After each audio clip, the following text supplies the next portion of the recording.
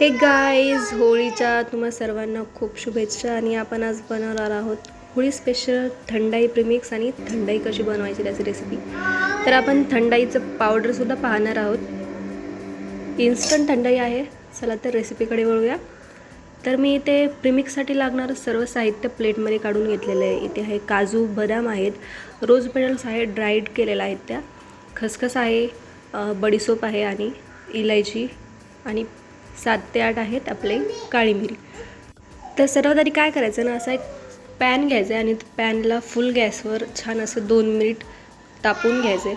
छान तापून घेतल्याच्यानंतर गॅस बंद करायचा आहे आणि त्या तापलेल्या पॅनमध्ये आपले सगळे ड्रायफ्रूट असे टाकून घ्यायचे, जेणेकरून त्याचं जे उरलेलं थोडंफार जे मॉइश्चर असेल ते निघून जाईल. आणि ते एकदम रोस्ट नाही करायचे, आपल्याला जस्ट वॉर्म करून घ्यायचे. तोपर्यंत आपण जोपर्यंत वॉर्म होत आहे, आपण दुसऱ्या एका पातेल्यामध्ये तुम्हाला जेवढी थंडाई बनवायची आहे, तर मी एका पर्सनसाठी सध्या बनवते. तर मी इथे 2 कप दूध घेतलेले आणि ते छानपैकी गरम व्हायला ठेवलेले.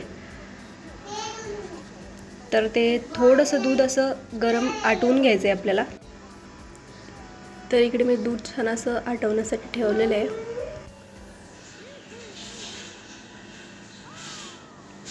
तर बघू शकता, हा एकदम सुरसुरीत असा आवाज येतो या पाकळ्यांचा. छानपैकी ड्राय झालेले आहेत सगळे ड्रायफ्रूट्स. आपण याला एका प्लेटमध्ये काढून घेऊया.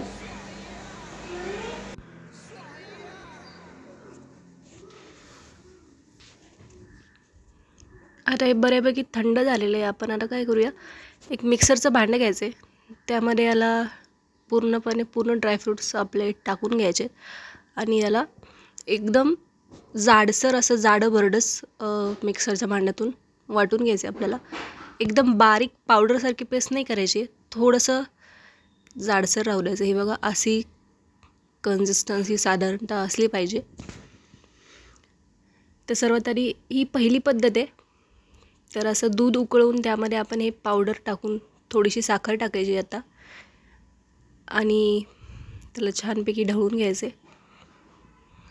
इथे मी चवीनुसार साखर टाकलेली आहे. आणि त्यानंतर आपण थंडाई बनवण्याची अजून एक पद्धत पाहणार आहोत. तर हे छानपैकी आटलेलं आहे दूध. आता आपण याला असंच थंड होऊ द्यायचं आहे. रूम टेम्परेचरला आलं की मग तुम्ही याला फ्रीजमध्ये ठेवू शकता किंवा असंच पिऊ शकता. तर दुसरी एक पद्धतमध्ये मी इथे चिल्ड मिल्क घेतलेली, म्हणजे एकदम थंड दूध आहे, ते एका ज्युसरच्या भांड्यामध्ये टाकून घ्यायचे. त्यामध्ये आपण आपलं जे थंडाई प्रीमिक्स पावडर बनवलेलं आहे ते यामध्ये तुमच्या आवडीनुसार 1 ते 1.5 चमचा टाकून घ्यायचे. त्यानंतर साखर टाकायची आणि 1 ते 2 वेळेस छानपैकी फिरून घ्यायचे. तर आपली थंडाई तयार आहे. रेसिपी कशी वाटली नक्की कमेंटमध्ये कळवा. आणि अशा छान रेसिपीजसाठी कमेंटसुद्धा करू शकता तुम्हाला जर नवीन काही रेसिपी हव्या असतील तर. थँक्स फॉर वॉचिंग आणि चॅनलला सबस्क्राईबसुद्धा करा. तर परत एकदा होळीच्या तुम्हा सर्वांना खूप शुभेच्छा. एवढी सोपी रेसिपी आहे, नक्की करून पहा आणि शेअरसुद्धा करा.